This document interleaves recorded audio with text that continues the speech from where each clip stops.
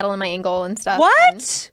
Can you go through metal detectors? Well, I got the metal removed now. But you know what's funny? It actually made me really nervous about airports because when I had the metal in, they gave me like a doctor's note and kept saying like, you're going to set it off. And I never did. So maybe the metal detectors at airports aren't as good as you might think. But I was on I was on a tour bus and I got in like a car accident. Like I was sleeping on the back of the tour bus and the driver fell asleep and we got in like a really bad accident. And when I woke up, I was just like sitting I feel like I remember this. This was like a big news story. It was weird. I don't know if like a lot of people knew, but it was just like a crazy weird thing that happened. So now I'm kind of scared to get in a car accident. Like that would be like a big fear of mine. I don't know. Because it's like creepy to be, especially if you're sleeping in a car, like for a while after it happened, I would like wake up in the night because I like remember, because I heard like a big sound when the tour bus ran into another car. There was like a semi truck in the middle of the road. You should write a book. Why have you not done that? Write a book. Wild. But it was crazy. And my mom was with me. And actually we were, for some reason, I usually slept in, like those bullet things on tour buses. Yeah. Like I usually slept in those and my mom would sleep in the room, like the back actual bedroom because I like hanging out with everybody and I wanted to like be like where everybody was. And you're so abusive to her. That's the least you can do. Yeah. So I actually had Uggs on, like Ugg shoes. And I went into the back room where my mom was and I was like on the computer. And normally I would have fallen asleep like in the other area, but I just for some reason fell asleep there. And I guess the Uggs like helped me a lot. I sound like I'm like endorsing Uggs. I'm not, but they like saved your ankle? They like helped my ankle a lot because I don't know if you know this, but the bottom of Uggs are like rubber and they're really thick. Yeah. And apparently it like stopped my whole leg from breaking. It like made only my ankle break because I like flew out of the bed and I hit the wall. So my foot like hit the wall and the Uggs protected it. So, and then a bunch of people had to cut the Ugg off like with giant scissors. It was crazy. What a hero. Yeah. Oh, and also like there was a some kind of like bookcase in the back room, and when we got in the accident, the bookcase fell on top of me. And when I woke up, I was so disoriented, I threw the bookcase like off of my body, and it landed on top.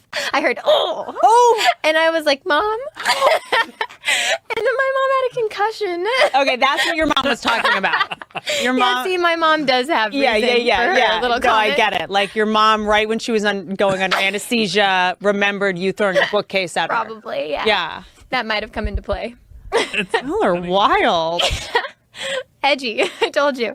You know, it's interesting. I feel like I had so much, what? That is such a weird story. Like, you've had a crazy life.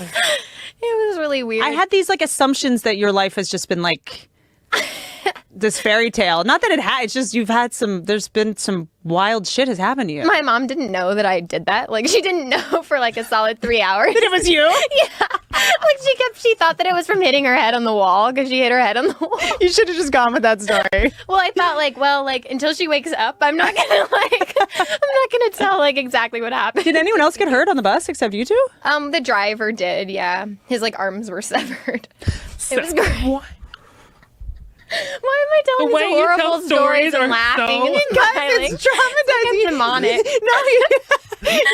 I mean, she said his arms were severed. But I think that you have had, it's a coping, this is why we get along, is you use humor as a coping mechanism. That's true. Because your lilife has been a nightmare.